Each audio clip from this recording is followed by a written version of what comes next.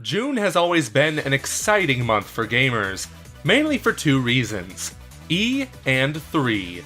Usually as a result of such a big event, publishers tend to hold off on huge releases for that month, and the Nintendo Switch isn't a huge exception. That said, if you're looking for some new titles to add to your Switch library, you'll still have plenty to choose from. So today, we're going to take a gander at 10 of these games coming to the Nintendo Switch in the month of June. This is Shaq Fu, a legend reborn. Can you think of a better way to start out the month? Me either. As the title suggests, Shaq Fu has been reborn in ways you can't even imagine, as a beat-em-up instead of a fighting game. In case you don't remember, Shaq Fu started out as an SNES fighting game infamous for being, well, terrible. But as demonstrated by Superman 64, Bubsy, and Sonic 06, these terrible games hold legacies that can even be greater than the best games. Shaq Fu: A Legend Reborn capitalizes on the silliness of this concept with fully voiced cutscenes and a ridiculous origin story. My mother named me Shaquille and raised me as her own. Hopefully this game winds up good and not like Bubsy the Woolies Strike Back. The Banner Saga 1 came out on the Nintendo Switch this month, but we forgot to mention that in our May Switch Games episode, so we'll make it up to them by mentioning the Banner Saga 2. At first glance, these games are gorgeous, sporting amazing 2D animation. At second glance, they are intense tactical RPGs that are not for the faint of heart. Seriously, this game already intimidates me just looking at it. This game and the first one originally came out on other platforms, but in July, the Banner Saga 3 will debut on the Nintendo Switch. So yeah, you have 3 Banner Saga games to play this year. Time to catch up! I lost my mom and dad in the war. Stupid war, they fought all because of some stupid sushi. Here's a game that's been getting a lot of buzz lately from the Switch community. Sushi Striker: The Way of the Sushido may look like a light puzzle game on the surface, but the truth is much more complicated than that. Here's a game with an actual story mode, well-made cutscenes, and deep gameplay elements. It kind of has to have those things if it's going to cost $49.99.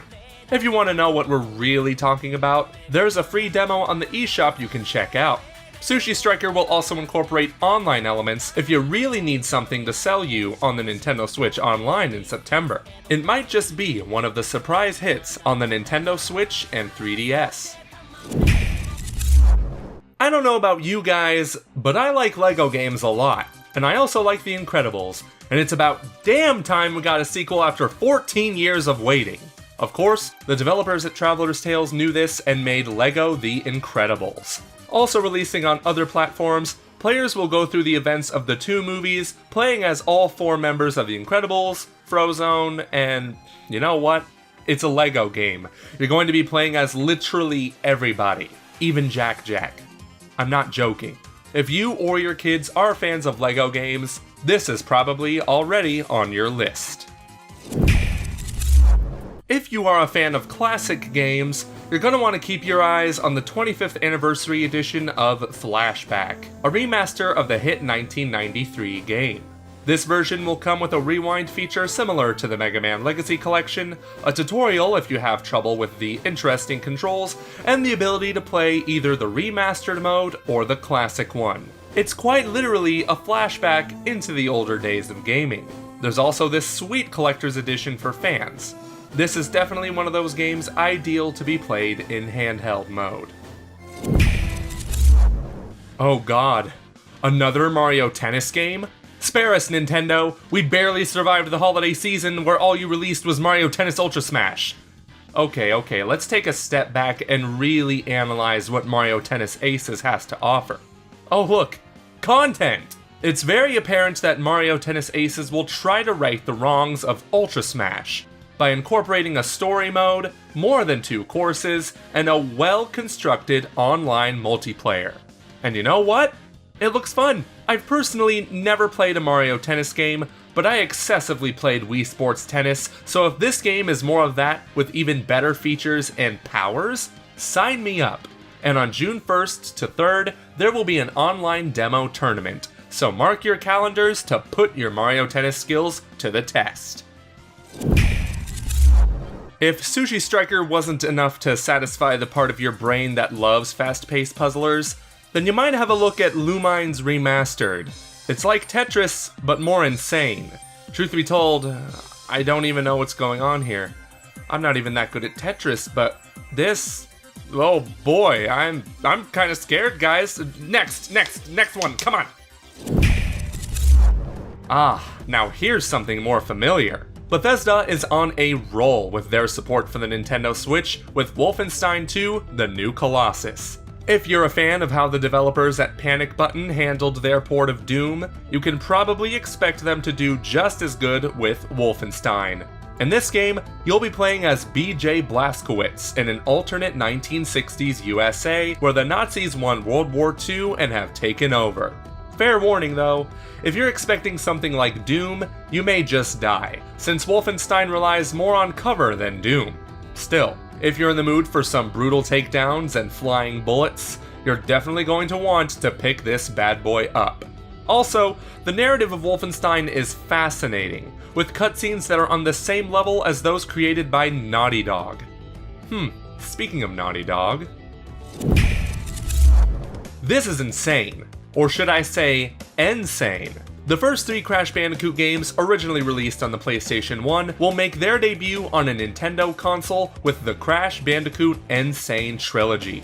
These are full-on remakes of the PS1 classics that most of us enjoyed as a child. And now you'll be able to play them on the go with the Nintendo Switch version. They may not be as good platformers as, say, Mario, but they offer some great levels and silly antics. The best part is that you're getting 3 whole games for $40 American. $40! Here's hoping we get the Spyro Ignited trilogy on the Switch as well. The Nintendo Switch has no shortage of racing games, but Trailblazers looks to be a welcome addition to the library. It's almost like a combination between F-Zero and Splatoon, with a unique art style that is both futuristic and retro. Players paint the track with their boosts, and their teammates can use the paint to boost their cars as well. We don't exactly know the day this game is coming out, but color us excited. Get it? Color us excited? I'm not sorry.